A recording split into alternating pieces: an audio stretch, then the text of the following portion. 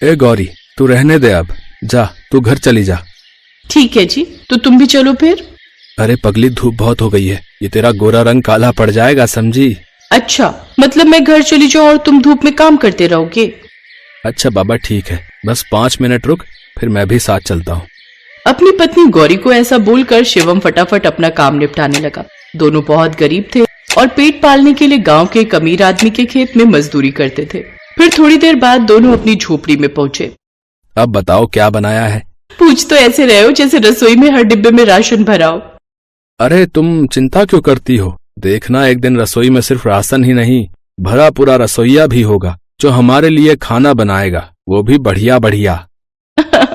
भगवान आपकी हर इच्छा पूरी करे प्रतिदेव। अच्छा ये बताओ आज खाने में क्या बनाया है? बस थोड़े से दाल चावल ही बचे थे तो खिचड़ी बना दी है। हाँ तो क्या हुआ, तुम्हारे हाथ की खिचड़ी भी किसी शाही खाने से कम है क्या? शिवम की बात सुनकर गौरी शर्मा गई। दोनों पति पत्नी भले ही गरीब थे, लेकिन वो कभी इस बात का मलाल नहीं करते थे। खूब मेहनत करते थे और खुश रहते थे। लेकिन ये खुशी ज्यादा दिनों के लिए नहीं थी। एक दिन गांव में बाढ़ आ गई। गांव के सारे खेत पानी में डूब गए। अमीर आदमी ने सभी मजदूरों को पैसा देना बंद कर दिया और इस तरह गौरी और शिवम के सामने भी बड़ा संकट आ गया। क्या करें, कुछ समझ में नहीं आ रहा है। परेशान मत हो, देखना कोई ना कोई रास्ता तो जरूर निकल आएगा। अरे पर कैसे? ये बाढ़ का पानी पता नहीं कब तक चढ़ा रहेगा और पानी उतर भी गया तो खेतों में गाद रह जाएगी, खेती करने के लायक कुछ नहीं बचेगा। कुछ और सोचना पड़ेगा गौरी। अच्छा तो क्यों ना हम शहर चले? मैंने सुना है वहाँ हर किसी को कोई ना कोई काम मिल ही जाता है। हाँ बात तो तुम्हारी ठीक है, वैसे भी गांव में हमारा है ही क्या। और फिर गौरी और शिवम अगली सुबह ही शहर के लिए निकल पड़े। ज्यादा कुछ सामान था नहीं तो दोनों ने एक एक पोटली बनाई और उसे सिर पर रखकर पानी में से होते हुए पहले बस स्टैंड पहुंचे और फिर शहर। एक काम करते हैं, कोई ठिकाना ढूंढते हैं पहले, और फिर कल सुबह से ही मैं काम की तलाश में निकल जाऊंगा। ठीक है, देखना भगवान हमें यहाँ तक ले आए हैं तो आगे का रास्ता भी वही दिखाएंगे। उन दोनों ने बस स्टॉप पर ही रात गुजारी और फिर शिवम अगली सुबह काम की तलाश में निकल गया। लेकिन सारा दिन भटकने के बाद भी उसे कोई काम नहीं मिला। फिर शाम को क्या हुआ, कुछ बात बनी?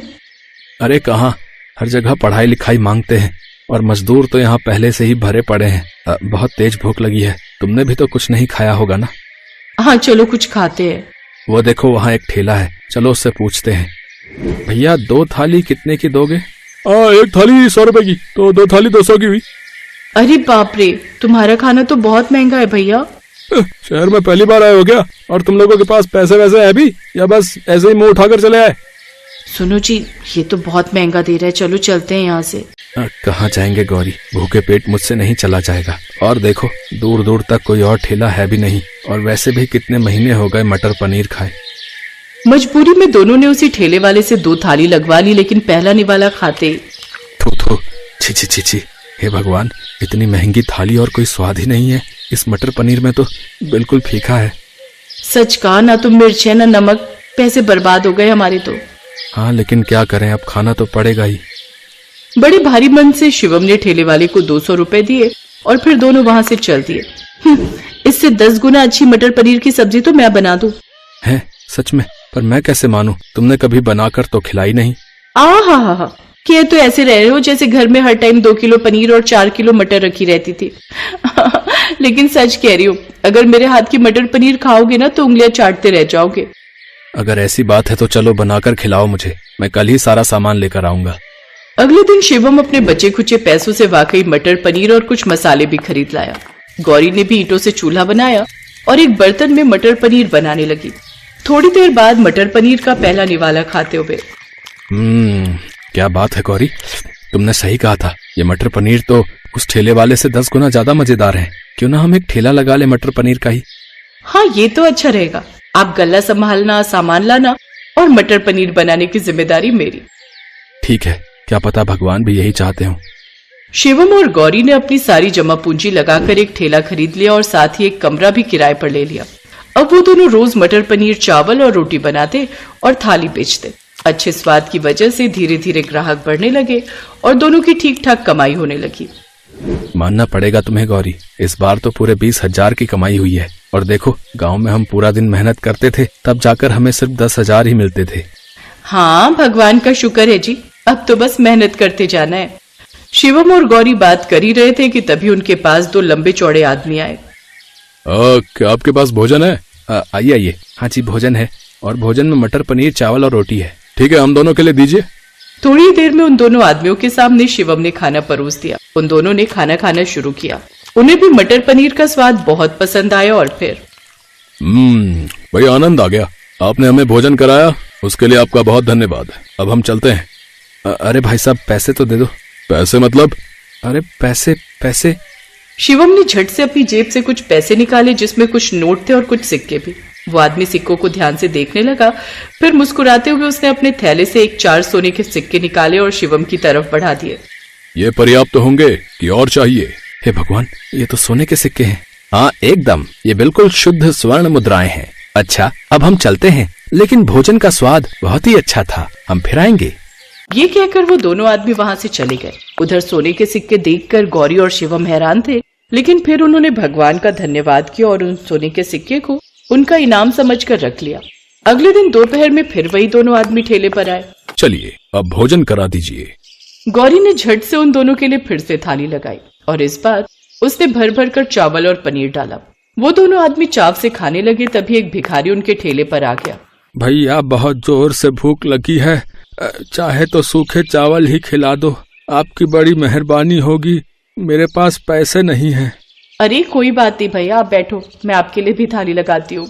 गौरी ने उस भिखारी के लिए भी थाली लगा दी।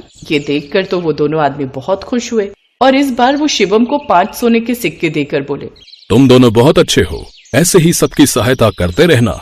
ऐसे ही कई दिनों तक वो दोनों आदमी ठेले पर आते और हर बार मटर पनीर के बदले शिवम और गौरी को सोने के सिक्के देकर जाते। उधर शिवम और गौरी भी अपने ठेले पर आए, किसी गरीब को भूखा नहीं लौटाते। और फिर एक दिन, गौरी, वो दोनों आदमी 2 दिन से आ नहीं रहे हैं। लगता है उनका काम खत्म हो गया होगा, लेकिन उन्होंने हमें ढेर सारा पैसा दिया। भगवान का चमत्कार ही है ये तो। एक काम करते हैं, शाम को इन्हें सुनार के पास बेचते हैं, जरा देखें तो कितना पैसा मिलेगा। शाम को वो दोनों सुनार के पास गए तो सुनार ने सोने के सिक्कों के बदले उनके सामने नोटों की कई गड्डियां रख दी। उन दोनों ने कभी अपने जीवन में इतना पैसा नहीं देखा था। इतना पैसा देखते ही उनकी आंखें फटी की फटी रह गई। कुछ दिनों के बाद उनके पास एक अच्छा घर था और बाजार में एक बड़ी सी जमीन पर उनका अपना बड़ा सा होटल चल रहा था। अब तो रसोइये ही मटर पनीर बनाते और दोनों पति पत्नी आराम से बैठते। फिर एक दिन 2 भिखारी उनके होटल पर आए। भगवान के लिए कुछ खिला दो बेटा, हम दोनों बुढ़े बहुत भूखे हैं और हमारे पास पैसे भी नहीं हैं। ये देखो, होटल खोला नहीं कि भिखारी पहले आ गए। अरे जाओ जाओ, यहाँ कुछ नहीं है, आगे बढ़ो। ऐसा मत कहो बेटा, चाहे तो 2 रोटी दे दो बस। अरे मना किया ना, अभी तुम्हारे चक्कर में ग्राहक भी नहीं आएंगे यहाँ, चलो अब जाओ यहाँ से। ये सुनते ही वो दोनों भिखारी अपने असली रूप में आ गए। वो वही लोग थे जिन्होंने शिवम और गौरी को सोने के सिक्के दिए थे और असल में वो यमराज और चित्रगुप्त थे। ये तुम दोनों ने ठीक नहीं किया। जब तुम दोनों निर्धन थे तब तुम्हारे अंदर दया और करुणा थी। तुम गरीबों की व्यथा समझते थे, इसलिए हमने तुम्हें स्वर्ण मुद्राएं दी, लेकिन संपत्ति ने तुम्हें अहंकार से भर दिया है। तुम दोनों जैसे थे वैसे ही बन जाओगे। अगले पल एक तेज रोशनी हुई और रोशनी के छटते ही शिवम और गौरी का बड़ा सा होटल गायब हो गया। खाली जमीन देखकर शिवम और गौरी रोने लगे और तेजी से अपने घर की तरफ भागे तो देखा आलीशान घर की जगह सिर्फ वही पुराना ठेला खड़ा था जिस पर वो पहले मटर पनीर बनाकर बेचा करते थे। ये देखकर दोनों रोने लगे। ये हमने क्या कर दिया गौरी?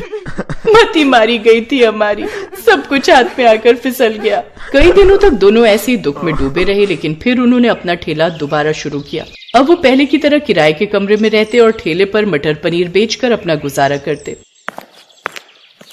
भैया, बहुत भूख लगी है, कुछ खाने को दे दो, मेरे पास पैसे नहीं हैं।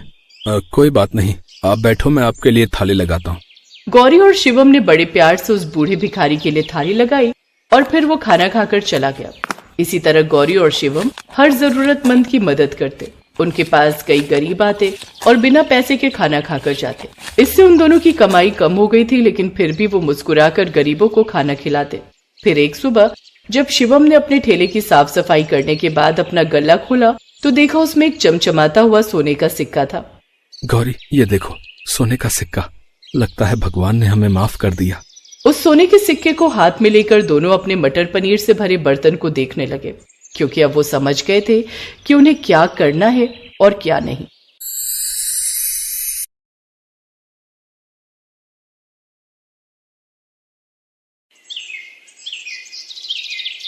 ये जगह ठीक रहेगी।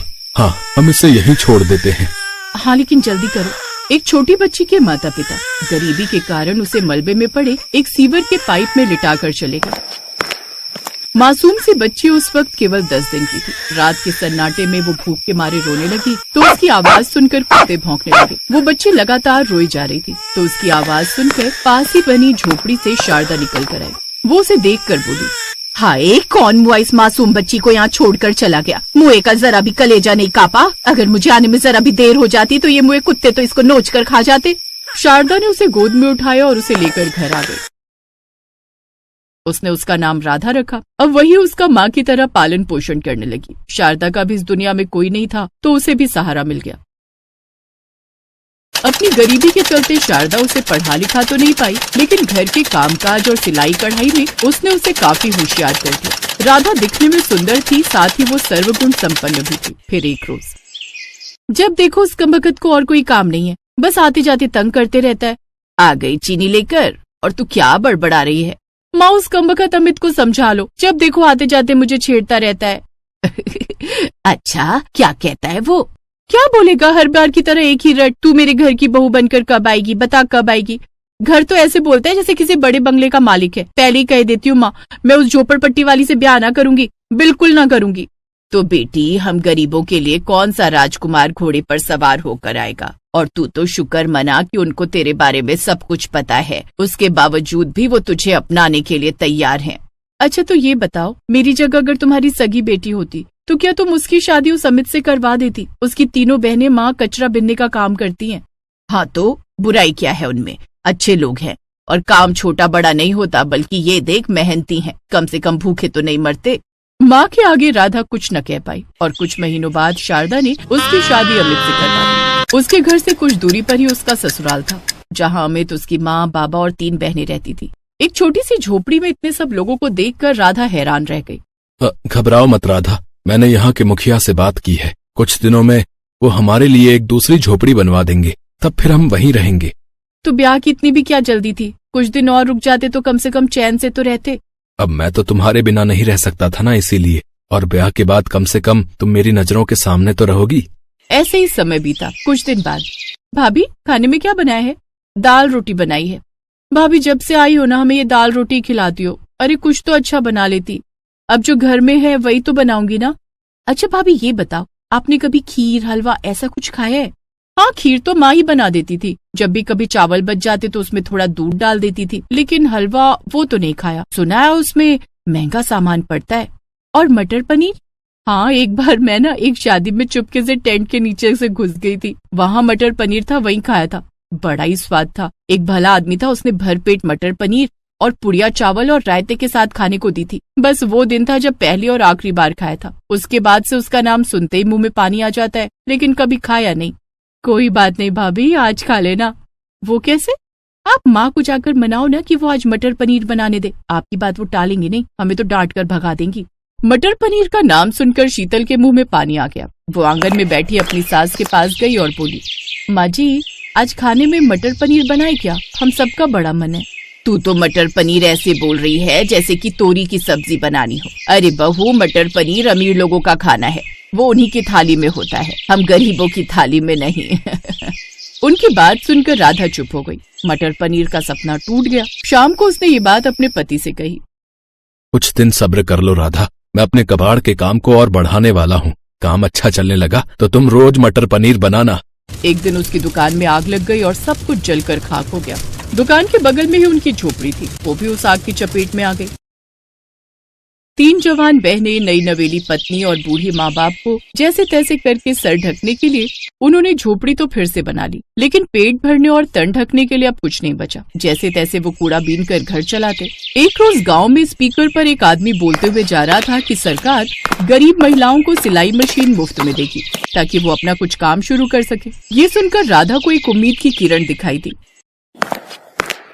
अमित, मेरे साथ ग्राम पंचायत चलो, मैं भी सिलाई मशीन के लिए आवेदन करना चाहती हूँ। ऊपर वाले ने चाहा तो मुझे जल्द ही सिलाई का काम भी मिल जाएगा। ठीक है राधा, चलो। अब वो दोनों ग्राम पंचायत जाकर मशीन के लिए आवेदन कराए और कुछ ही हफ्तों में उन्हें सिलाई मशीन भी मिल गई। राधा आस पड़ोस से जाकर पुरानी साड़ियाँ मांग कर ले आई और उन पुरानी साड़ियों से अपनी सभी नंदों के लिए उसने सलवार सूट बना डाला। वाह भाभी, ये सूट तो बड़ा ही अच्छा सिला है। हाँ, क्या शानदार डिजाइन बनाया भाभी, इतना अच्छा तो अपने गांव का कल्लू बुटीक वाला भी नहीं बनाता। हाँ बहू, बड़े ही अच्छे कपड़े सिल लेती हो तुम। जी शुक्रिया माँ जी। वैसे अब तुम तीनों ना जल्दी से आसपास के गांव में ये खबर फैला दो कि कोई कपड़े कम दाम में सिलवाना चाहे तो मेरे पास से सिलवा ले। अरे बहू, अगर इस बस्ती के गरीबों के पास इतने पैसे होते तो वो अमीर लोगों से कपड़े मांगकर क्यों पहनते। तभी हरिद्वार से लौटते ही आग की खबर मिलते ही शारदा सीधा राधा के घर पहुंची। अपनी माँ को देख राधा रो पड़ी और अपनी माँ के गले लगकर रोने लगी। क्यों रोती है पगली, जिसने बिगाड़ी है संवारेगा भी तो वही। कैसा दुख डाला मेरी बच्ची पर। लेकिन बेटी तू चिंता मत कर, एक दिन सब ठीक हो जाएगा। अरे वाह, नई सिलाई मशीन, ये तूने कब खरीदी? ये तो माँ सरकार की तरफ से मुफ्त में मिली है। अच्छा, तो फिर तो तू इसी को अपनी कमाई का जरिया बना। तुझे पता है अभी भी तेरे मायके के पुराने ग्राहक है ना, वो तेरे इंतजार में बैठे रहते हैं। रोज पूछते हैं वो मुझसे कि राधा कब आएगी, हमें उससे कपड़े सिलवाने हैं। तू बोल तो मैं तेरे ग्राहकों को तेरा घर दिखा देती हूँ, वो अपने आप तुझसे हर बार कपड़े सिलवाने आएंगे। अरे माँ, नेकी और पूछ पूछ। उसके बाद शारदा ने सभी ग्राहकों को राधा का घर दिखा दिया। इसके साथ उसे कोई और भी मिलता तो वो उन ग्राहकों को राधा के पास ले आते। अब सब ग्राहक उसी के पास कपड़े सिलवाने आने लगे। राधा अच्छी कमाई करने लगी, साथ ही उसने सिलाई सेंटर भी खोल लिया।